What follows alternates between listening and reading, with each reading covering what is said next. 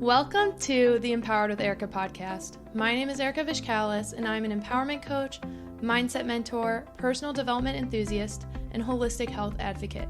I've spent the last several years healing my mind, body, and soul, and have learned so much along the way. From healing trauma to navigating a sober lifestyle and learning how to step into my personal power, it has been transformational. If you are looking to heal, to be inspired, to uplevel your life, and become the most empowered version of yourself, you've come to the right place. I created this podcast to help you know you are worthy of rewriting your story and to help you navigate your own empowerment journey. You are worthy of living your most authentic, aligned, and inspired life, and I can help you get there. Whether you are diving deep into personal development or just need a weekly pick-me-up, I've got you covered. Thank you so much for pressing play today. I cannot wait to transform together. Let's get empowered. Hello, and welcome to another episode of Empowered with Erika. Your host Erika here, and today we are going to talk all about staying sober through the storms. So for some of you, this may not be the most applicable podcast, but I'm going to talk about it anyways, and maybe you'll learn something, maybe you won't. So if you have not listened to episode 3 of the podcast, that's where I talk all about why I decided to get sober and more about my sobriety journey. So I'll do a quick recap, but I do really recommend that if you have not listened to episode 3, that you pause and you go listen to that and then come back to this episode, especially if you're sober curious or if you are really just wanting to learn more and you want the backstory before I talk about why I decided to get sober and talk about how I stay sober through the storms. So as a little baby recap, I got sober in December of 2019. I was sober curious, I would say, in August of 2019, but I really decided and hunkered down and I had my last drink in December of 2019. And I'm not going to go into the details of why I made that decision, but essentially I just realized that I was not using alcohol in a healthy way. Addiction runs in my family, and I realized that if I do not do this, I'm going to fuck up my life. And I had not quite gotten there yet, but we were getting there. We were well on the path to me losing a lot of shit that I worked very hard for, and I was not willing to do that. So thus I just decided that this is going to be what I'm going to do now. I made the decision, and that's been my lifestyle. And so I know my story is a little different than others. I did not need to go to AA. I did not need to go to rehab. I did not need any of that. And I specifically am not someone that drank every day. But the reason I consider myself an alcoholic / someone that struggles with substance abuse is because I did not have an off switch. So I did not drink every day. I did not even drink every month. But when I did drink, it brought out not a good side of me typically. I often would black out, and I did not have an off switch. And I'm realizing the more I'm learning, I do think I potentially was blacking out because of some chemicals in the brain, because I really was using alcohol as an escape. And I wasn't consciously doing that. It's not like I knew, oh, you know what, I'm going to get so fucked, I'm going to black out tonight. No, that was not the thought process. Typically it was it was a long week, let's go out with friends, or, oh, I just got in a fight with my ex, let's go deal with that. No, that's not how I was thinking. It was typically just life was getting overwhelming, and that was a socially acceptable escape. And so since December of 2019, a lot of shit has happened. And I've stayed sober through it all. And I'm, very proud of that fact. But I wanted to talk about how I did that and why I did that, and how just a little motivation for you if you're on your own sober journey or sober curious journey, how to stick with it. Okay, so again, I didn't have to go to rehab. I didn't have to go to AA. I know that my journey is different than others, and I'm not here to discredit anyone. I'm not here to place judgment on anyone. And to be quite honest, guys, I don't even really like talking about my sobriety. I don't really like talking about the fact that I don't drink, because there is so much shame and stigma around the topic, but at the same time, fuck the haters, and if you want to judge me, fucking go for it. Live a day in my shoes and tell me that you'd be super normal, okay? And honestly, I think one way that we can help decrease the stigma is to talk about it. So the only way we're going to help decrease the stigma around substance abuse is by talking about it. And to be quite honest, like if I'm going to go on a little bit of a rant for a moment, one thing that drives me crazy about people judging those who struggle with alcohol is how fucking socially acceptable alcoholic behavior is. Have you guys noticed that? Alcoholic behavior is so socially acceptable that it takes a lot of fucking strength and a lot of courage and a lot of self-reflection to realize you have a problem. And sometimes it takes people hitting rock fucking bottom before they realize that. And I am thankful that I did not have to hit quite rock bottom, but I'll be honest, if I didn't stop, like if I had not stopped drinking, one, who knows if I'd be alive, because I definitely put myself in risky situations. And I do not know, I probably wouldn't have the career I have, and I probably wouldn't be in the relationship I'm in now. Like it would not be good. It was not setting me on a good path.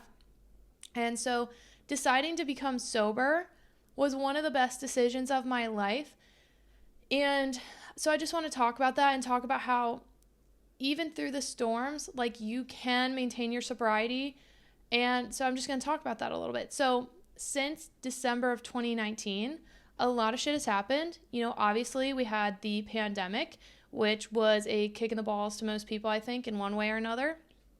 And for me, you know, I moved across the country.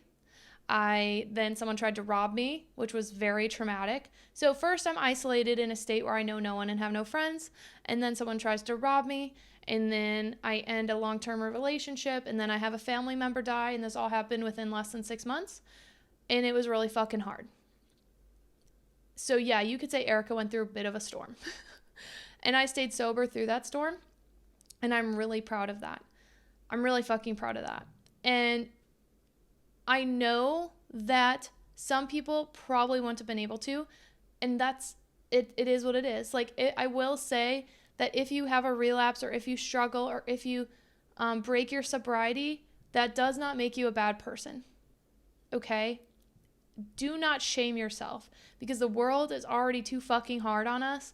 We do not need that extra kick in the pants from ourselves. Okay? So if you're going through something and you were not able to maintain your sobriety, I just want you to know that does not make you less than, that does not make you worthy. You are seen and you're loved and you're valuable and you can start over at any fucking time. And guess what? Sometimes you have to start over multiple times. Not everyone is able to one and done do it. Not everyone is able to cold turkey. A lot of people need more support than what I needed. But I was in another 12-step program, so I may not have been in AA, but I am in a 12-step program that focuses on healing, coming from a home of dysfunction and having family members that were either alcoholics or addiction, like in addiction in some way, shape, or form, or just dysfunction. And that 12-step program has changed my life, and I do think it's one of the reasons I was able to stay sober through the storms, because it was really looking at the key targets and the key reasons of how my past affected me, what traits I inherently had because of my past.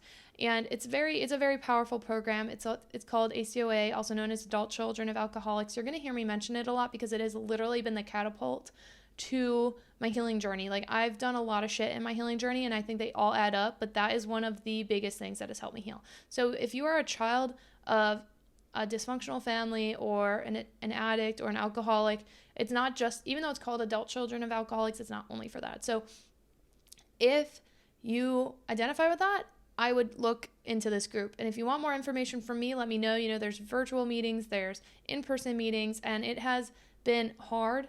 Let me tell you, it's not easy to be a part of that program because you really have to face your shit. But it's beneficial. And so how did I stay sober through the storms? Honestly, there's no one easy answer to that. But I do think a big part of it was, one, just making the decision that this is no longer how I process the difficult moments of my life. I am no longer going to reach for that Long Island iced tea or that glass of wine or that beer. I'm no longer going to do that. When I'm struggling, this is not what we're going to do. because there are other healthier avenues. And I just really was intentional about remembering and reminding myself how shitty I would feel after drinking, to be quite honest. Maybe that, I don't know if this is what a therapist recommends, so this is just what I fucking do, so take it for that. This is what has helped me. But I have to remind myself that it is not worth it. That I have to remind myself, how many times did you wake up feeling like absolute shit? That you woke up not knowing what you said the night before? Did I embarrass myself? Did I hurt someone's feelings? Like, is my credit card in my wallet right now? Like, how many times did you go to the bar and you opened a tab and you didn't close it? I've done that multiple times in my life. And so, you don't want to walk your shame back to the bar, right? And it's just one of those things, guys, where you need to be very self-reflective and a bit of a hard ass on yourself. So on one hand, it's like duality. On one hand, you need to be gentle with yourself and loving and kind to yourself. But on the other hand, you need to have discipline. I'm not going to fucking sugarcoat it. You will be not successful in your sobriety journey if you do not have discipline. And if you do not go and intentionally heal the reasons why you're drinking. So I think a big reason I was able to stay sober through the storms of the past 2.5 years is because I was very, very intentional in my healing process. I have gone to therapy. I go to therapy either bi-weekly or every week. I read all the fucking books. I listen to the podcasts. I move my body. I treat my body as well as I can. And I am not perfect by any means. But being very intentional about your healing journey is one of the ways that I was able to stay sober through the storms. So finding a good mental health professional, 10 out of 10 recommend. And I think I'm going to do a whole podcast on just mental health and how I found a therapist and how much it's helped me and maybe some lessons I've learned from therapy. But because again, we're breaking down stigmas left and fucking right. I think everyone should fucking have a therapist because everyone has maybe not everyone, but most people should have a primary doctor, right? For your physical health. Why does not everyone have someone in their corner for their mental health? Because we all fucking need it, especially in today's society. Even if you don't go every week or even every month, like just someone in your corner that you can reach out to and have an appointment with, I think is crucial, okay?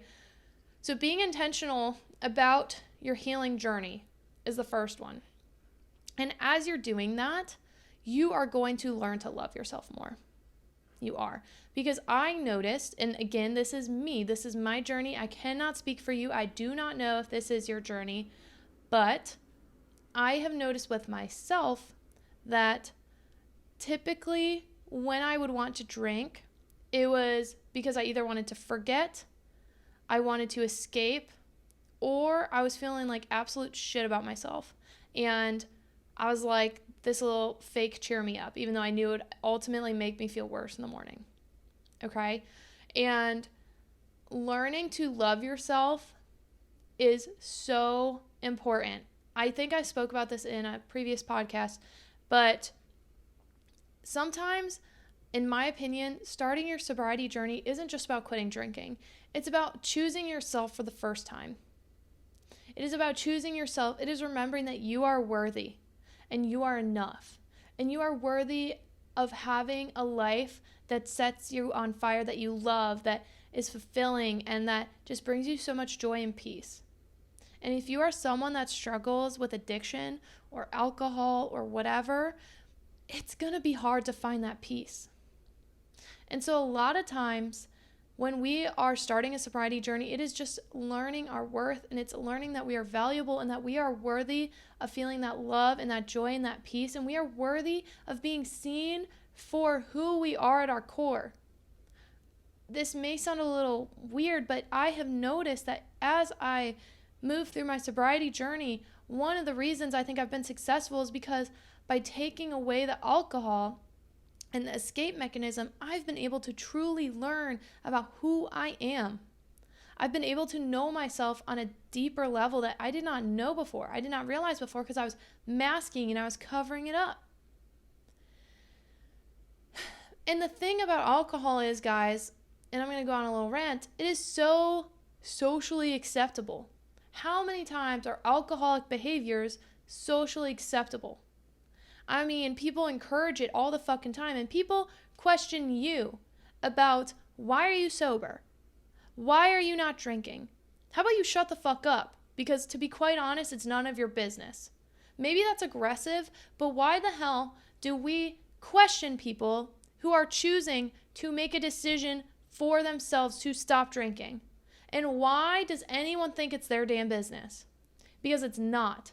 So if you know someone in your life that is at a bar and they are not drinking alcohol, guess what? You don't need to ask questions. You really don't. If it's someone you're very close to, I would tread lightly. I know that I did not mind when my friends asked, but I've also had people who have judged me for it. And I learned this later, but apparently someone that I had considered a close friend, we're not really friends anymore, had said early on when we were friends, like behind my back, I don't know why she can't just drink less. I don't know why she can't just drink less. Well, bitch, that isn't how alcoholism works, actually. When you don't have an off switch, you can't just drink less. Just fucking drink less. That's not how that works. That's not how addiction works.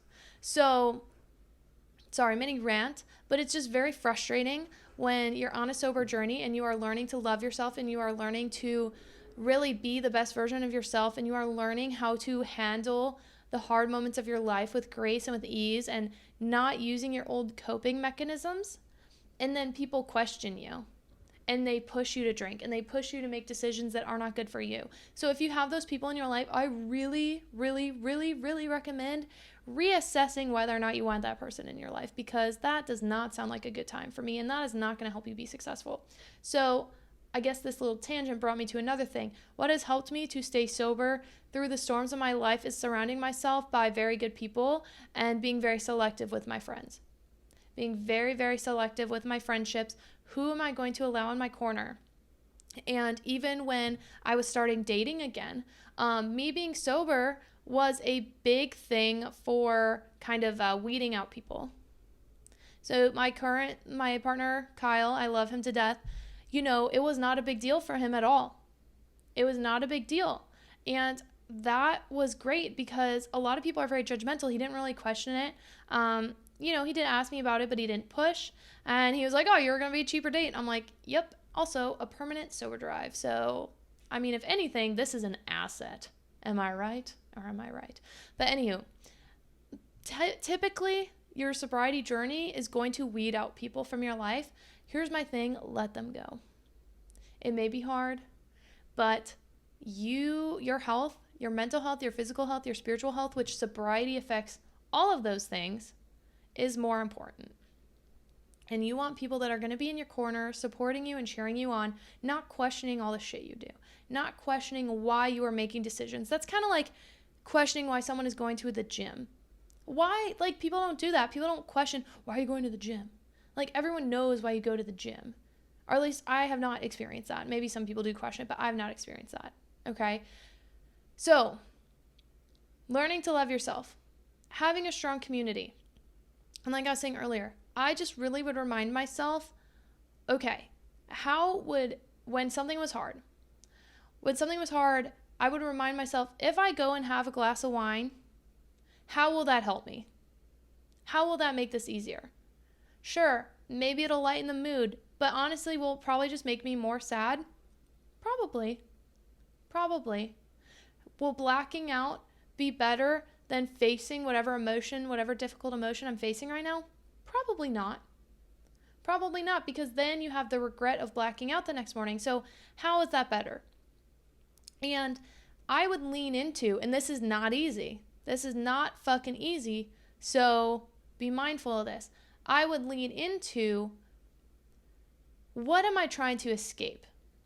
So even if you're not on a sobriety journey, but you are noticing that maybe you're using video games, or maybe you're using TikTok, social media, maybe you're using the gym to escape something. I do think we all need coping mechanisms in our life, and I think the gym, or even sometimes social media, though it can be very unhealthy, like a little bit is not bad, is definitely better than fucking drugs and alcohol, right? Or sex or gambling or whatever the addiction is.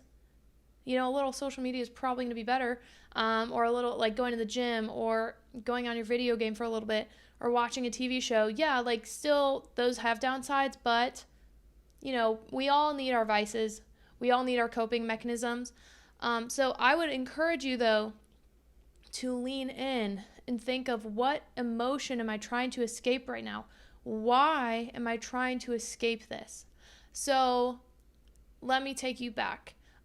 When the family member of mine passed away in December 2020, that was hard. That was really hard because it was unexpected, and I did not have a ongoing relationship, or I had a very strained relationship with this individual, and it was something that I was wanting to rekindle, but then COVID hit and they lived in a different state, and then I moved across the country, and there's a lot of family dynamics there that made that difficult to rekindle. So we had like a couple like conversations on Facebook, but that was about it. And it fucking wrecked me when they passed away, because I never got to rebuild that relationship that I was wanting to. And it broke my fucking heart. It did. It broke my heart. And I had to realize that alcohol is not going to mend my broken heart. It's not.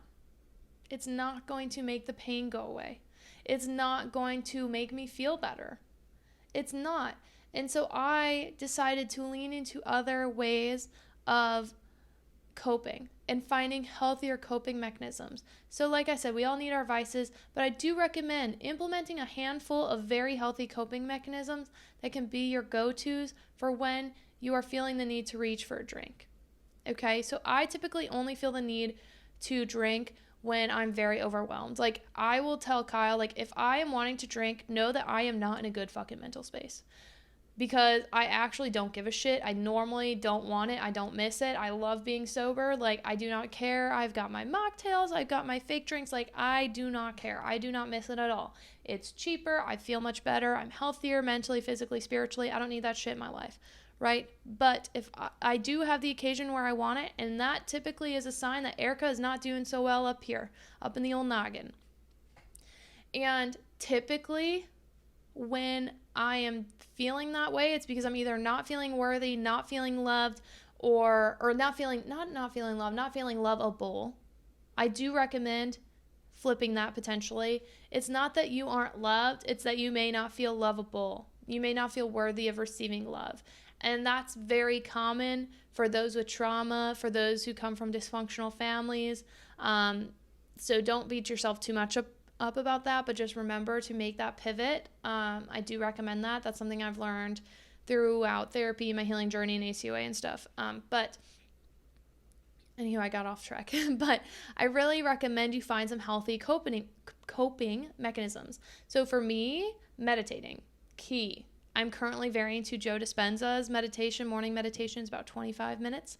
But there's also the O&O Academy. There's a lot of different ones. You can find guided meditations. I know there's like the Calm app and Headspace. I haven't used those, but I've heard good things.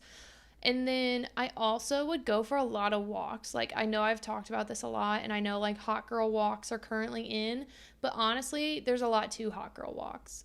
Like, going for walks is so good for you because it's moving the body. There's often like walking meditations you can do as well, but it's good for the body, it's good for the mind, it's good for the soul, and then like potentially add some personal development in there.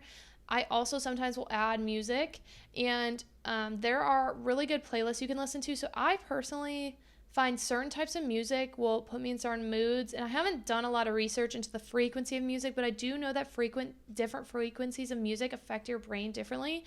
That's actually a rabbit hole I do want to go down because I'm very curious. I just have not spent the time. But I've noticed that when I need to relax, I like instrumentals. I like folk music. I like more acoustic stuff, sometimes country as well. And Trent Shelton actually has a playlist on Spotify. It's called Protect Your Peace, and it's very relaxing. But also like listening to some personal development. So I like Ed Milet. I love the Skinny Confidential podcast. I love Andy Frisella, depending on the episode. I prefer more of his like business or mindset ones versus like his political ones.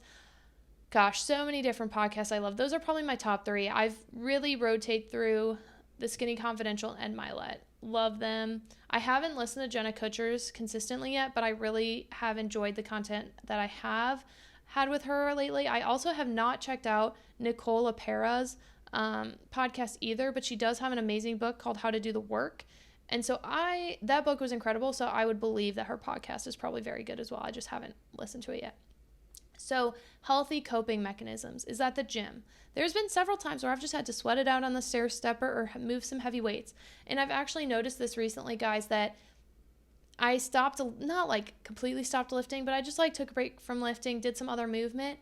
And your girl needs to lift a couple times a week. And why do I say that? And this may sound very silly, but I feel like when I show myself that I'm physically strong, it makes me feel mentally stronger.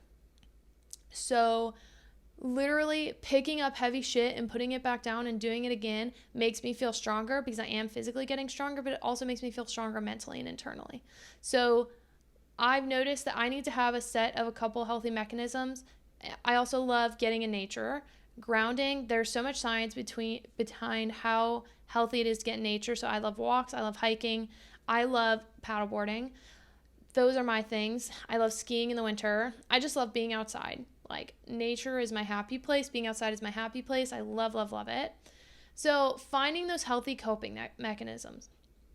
And at the end of the day, guys, I'll just end on this tangent because there is no right or wrong answer. There's no right way of doing it. Everyone's journey is different.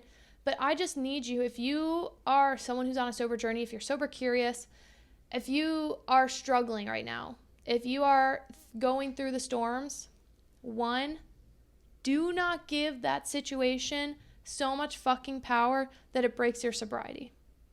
Don't give it that much power. It's not worth it. It's not fucking worth it. You are worth more. You are fucking worth more than whatever hard thing that is going on, whatever person that's treating you like shit, or whatever hard family situation or thing at work, whatever it is, whatever your storm is right now. Maybe it's a medical situation, whatever it is, you are worth more. And sticking to a sobriety journey is showing yourself every single fucking day that you are worth it. Staying sober and loving yourself enough to make those decisions that are best for you is such an act of self-love. And you are showing yourself that you are deserving and you are worthy of living a life that is fulfilling and beautiful. Because guess what? You fucking are. And if no one has told you that, listen up. Because I don't need to know you. I don't need to know your individual story. But I know that every single person on this planet is worthy of living a life that they love. No matter what's happened in your past, become a better person, work on yourself, and heal and enjoy life. Because at the end of the day, we cannot change the past. I can't change what XYZ family member did that hurt my fucking feelings. I can't change the fact that I haven't seen a certain portion of my family in almost 20 fucking years. We are getting close to 20 fucking years. I think I'm 28, so it's like 17 or 18 years now, and that's a long time. That is a long fucking time. But I don't need those things to dictate whether or not I have a good future, and I'm not going to give it that much power. The family member or the friend that's deciding to not have a relationship with you, or the coworkers that are treating you like shit, or the negative relationship you're in, or whatever the fuck your situation is, I'm just like thinking of random things. They are not worth your energy and your mental power, and they are not worth affecting your sobriety. You are so valuable, and you are worthy of feeling that love, and you have to start with showing yourself the love first. It all starts with you. It all starts with you. Because if you cannot love yourself, it's going to be a lot harder to accept and receive love from others. And at the end of the day, you are worth finding out who you are in your core. And I think that's been one of the most beautiful parts of my sobriety journey, is just stepping into myself and going back to who is Erika. Who is Erika? I lost myself for a long time there. A long fucking time. And that's honestly, I've realized, is because there were a lot of parts of myself that I felt shame around, and that's something I've learned through ACOA, and that's why I really recommend it for anyone who has like family trauma. But there are so many parts of myself that I have discovered, and I've allowed myself to step into a version of Erika that loves life, to step into a version of Erika that is putting herself out there, that is that's doing the hard work, that's facing the hard things, because unfortunately, guys, the storms may pass, but typically more storms are going to come down the road later. Like, I was joking in my ACOA group in the fall. I was like, oh, things are really good right now. Things are pretty chill. And then, like, around Thanksgiving / more so in the winter, it was like life just slapped me upside the head. I was like, haha, bitch, here you go. And I was like, goddamn. Goddamn. All right, I guess this is what we're dealing with now. And so we have those valleys, and we have those mountains and those valleys, and the high moments and the low moments, and the low moments help us appreciate the good moments, and the bad moments, they teach us lessons. Typically, they help us realize things, and it can be really hard. So I'm not at all discrediting that. And so if you're going through a storm right now, just remember that it's not going to last forever, that typically life is happening for us. It's not happening to us. And we probably won't see the lesson in it in the moment. So it's very fucking annoying when you're going through something hard and people are like, oh, don't worry, everything's going to get better. Don't worry. Everything happens for a reason. Even though I truly believe all those things and I say that shit, it's very annoying to hear when you're going through a difficult time. And I know that, so sorry if I've ever upset you. But I say it to myself and I piss myself off. But it's true. It is true. And so if you're going through a storm and you're on a sober journey, remember why you started. Remember how good you feel now that you're sober. And that doesn't mean that things are easy. Things typically are not easy because you have lost the coping mechanism that was the easiest to get to, and that typically was very socially acceptable, and that really just made everything go away. But here's the thing. Here's the kicker. It didn't actually make everything go away, did it? No, it did not. It just was a mask. It was a cover-up. It was covering up your feelings. It was covering up your wounds. And so this is where a sobriety journey is really hard, because typically you're uncovering your wounds, you're uncovering your shit, and you have to get very real with yourself. And that's hard. It's really hard. I mean, one of the things I've learned in ACOA that's been beautiful but difficult is learning some of the bad patterns and the bad habits that I've picked up that I now have to stop myself when I realize that I'm doing it. And I mean, I'm very grateful that now that I see it and I recognize it, I'm going to be like, oh, Erika, that is unhealthy. We are reeling that back in. We're not doing that. We're not talking that way. We're not thinking that way, whatever it is. Come back. And then I can reapproach the situation in a healthier way. So I just encourage you to stay strong. It's not easy. If you need to find an AA meeting, go to an AA meeting. If you need to find another 12-step program, Al-Anon or ACOA, find that. If you need a sober buddy, hit a girl up. I will definitely encourage you and motivate you. Join our Empowered with Erika Facebook group, because that's an empowering community where we can all be high vibe souls together and just encourage each other on our journeys, no matter what your journey is. And honestly, I think this goes for anyone that's going through a storm right now, whether or not you're sober or you don't have that cross to bear.